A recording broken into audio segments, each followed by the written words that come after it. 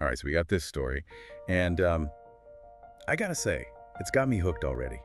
Desert sands, ancient whispers, and a young woman named Nyra right at the heart of it. Yeah, I'm seeing a warrior, a lineage maybe not everyone knows about, a mystery going way back. It could be really captivating, I think. Okay, so imagine this, right? A village way out in the desert.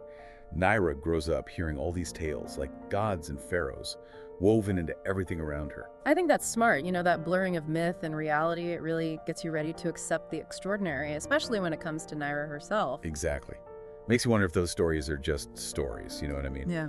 But let's talk about Nyra's family, specifically her parents. Her mom, Lila, she's the village healer, super grounded, practical.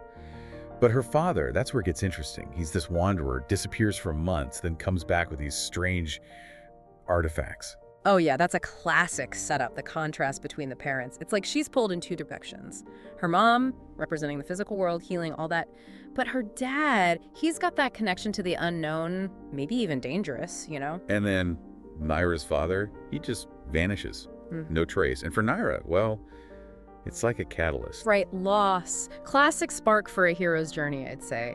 It creates that void, that need for answers, and that's what pushes her forward. She throws herself into all the combat skills her dad taught her. She's not just training, though, is she? She's searching for her father, for herself, maybe even for her destiny, who knows? And here's the thing, during one of these intense training sessions, this power, it just erupts within her.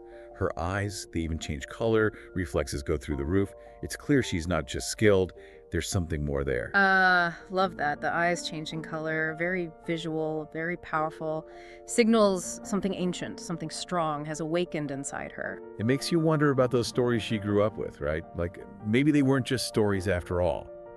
And speaking of secrets, it's Nyra's mom who spills the beans, reveals a crucial piece of the puzzle. Turns out, Nyra's dad was connected to this ancient order, protectors of powerful relics. Classic. Secret societies, gotta love them. And suddenly all those disappearances, the artifacts, it all starts to make sense. Right, so we have Nyra at 18, tasked with protecting these relics, but she doesn't fully understand them or the dangers they might hold. Oh, and she's got this loyal monkey companion. I love that detail. Adds a bit of fun. But even with this purpose, she's still haunted by questions about her father, her powers, and this symbol, the Ankh. It keeps popping up in her dreams. Yeah, the Ankh, that's interesting. It's not just any symbol, it's steeped in ancient Egyptian stuff, life, rebirth, protection, all that. Could be a clue to her destiny, something bigger than she realizes. Right. Okay, so she's on this quest, figuring out her powers, and then we get Rashid. He seems trustworthy, like he gets what she's going through, but there's something off. Ooh, ambiguous allies. Love those. Adds that suspense. Who do you trust, right? Is Rashid legit trying to help? Or does he have his own agenda? Exactly. He's like a wild card. Throws a wrench in things. Keeps us on our toes, that's for sure. Yeah, it's like she didn't ask for this destiny, but it's hers now. It's a lot to handle, especially for someone so young. For sure. And what makes it even better is she's not just going along with it. She's fighting, training, questioning. Makes her so relatable. Makes you root for her, even when she messes up. Yeah, and those mistakes, those moments where she's vulnerable, that's what makes her feel real, Even with all this power, she's still just figuring things out like any of us. Okay, but back to these relics for a sec. What do we actually know about them? Are they like objects of power, weapons, lost knowledge? The story's kind of vague on purpose, which I like, adds to the whole mystery. But there are hints, like when Nyra's mom says the world isn't ready to understand them. That's a big statement. Yeah, like they're seriously powerful, maybe even dangerous if the wrong person gets hold of them. Yeah. Makes you think, what's the threat? Who's out there trying to find these things? Exactly. Suddenly the stakes are way higher. It's not just about Nyra's journey anymore. It's like the whole world's involved. Totally. It goes from a personal story to something epic, We're seeing a bigger picture, and Nyra's just one part of it. Right. And speaking of things we keep seeing, what about the Ankh? We talked about the Egyptian mythology side, but what about in Nyra's story specifically? Well, the Ankh is often shown as a key, right? And they say it unlocks the mysteries of the afterlife in those old myths. Maybe for Nyra, it's a key to unlock her full potential. Or maybe it's leading her to her father or to the relics. I don't know. I'm hooked. Yeah, that curiosity, that need to know what happens, that's what keeps you reading, for sure. We're rooting for Nyra, but we're also on this journey with her, finding out the secrets of this world. Okay, so we got this hero's journey, ancient order, mysterious relics, and then there's Rashid, mentor. manipulator, something else entirely. I'm not sure if I trust him, to be honest. He's such a great character for that exact reason. He's charming, he knows his stuff, and he seems to care about Nyra, but... But there's that feeling, like he's not being totally honest. Right, and that tension, not knowing who to trust, keeps you hooked. Now, we haven't talked much about the threats Nyra's facing, the bad guys, so to speak. What do we know about them? Well, the story's being clever again, staying vague. We know they want those relics, but who they are, what they're like, it's a mystery. Are they human? Supernatural? Greedy? Power-hungry? Something darker? All those possibilities, that's what makes it a good thriller. Keeps you guessing. Absolutely. You're always waiting for the other shoe to drop. Right. Keeps you on the edge of your seat, wondering what's coming next. One thing I really love is the setting, the desert. It's described so well. You can almost feel the heat, the wind, the vastness. Oh yeah, totally. It's not just a background. The desert's like its own character. Beautiful, dangerous, full of secrets hidden under the sand. And for Nyra, it's home. Despite the danger, she belongs there. She's a desert warrior. Makes her journey even more interesting, for sure. The way the story mixes everything together, the hero stuff, the ancient mystery, the desert, the suspense, it all works so well. It creates a world that feels familiar, but also completely new. I'm excited to see where it goes. What'll Nyra face next? Will she learn the truth about her father? Will she control her powers? Will she protect the relics and save the world? So many questions. And that's the beauty of a good story, isn't it? You want to keep reading, keep discovering what happens next. It's like we're at the edge of a map. Anything could be out there. That's the magic, right? It takes you to another world. You get to live through the adventure with the characters. Okay, but gotta ask, what about the monkey? Seems like a small thing, but it adds some fun to the story. Oh yeah, definitely. The monkey's great. A bit of humor, a loyal friend for Nyra in this big, dangerous world.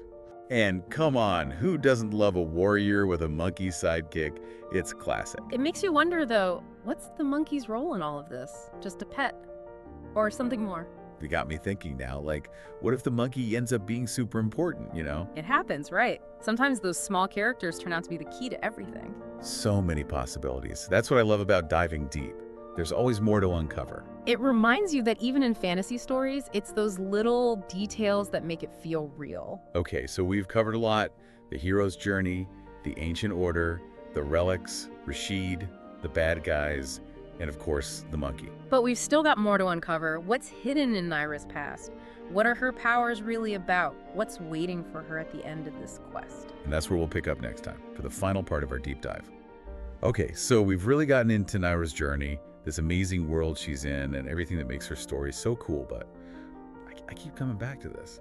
But what's it all about, What's the bigger picture here? It's funny, right? You finish a good story, and that's the question that sticks with you. Like, what's it trying to say? With Nyra, I think it's deeper than just an adventure story. It's about facing the unknown, facing your fears, finding that strength inside yourself. It's interesting you say that because I was thinking about this idea of duality in the story. It's everywhere. Her parents, the healer and the wanderer, the desert itself, beautiful but dangerous. And then Nyra dealing with these crazy powers, trying to balance her old life with this destiny she didn't ask for. That's a great point, that duality. And I think it's saying something about life, full of contradictions, light and dark in all of us. It's about finding that balance.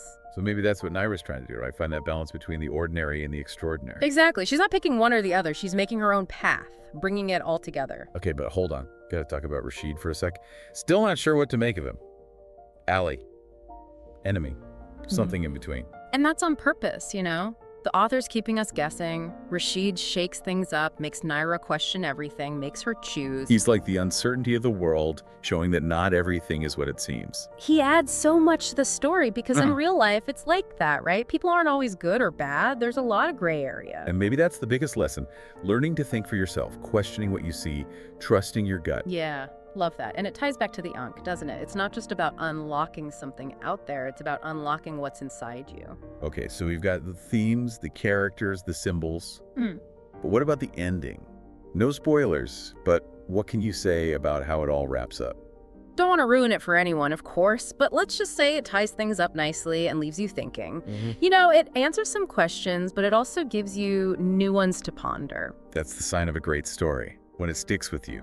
Keeps your mind working. I think a lot of people are going to feel that way about Nyra's story. So to wrap up this deep dive, what's the one thing you hope people take away from Nyra's story? I hope they see her courage, her willingness to face what she doesn't know, and how much she believes in herself. And even though there's darkness in her world, there's always hope. There's always a chance to find your own way, your own destiny. That's a great way to put it.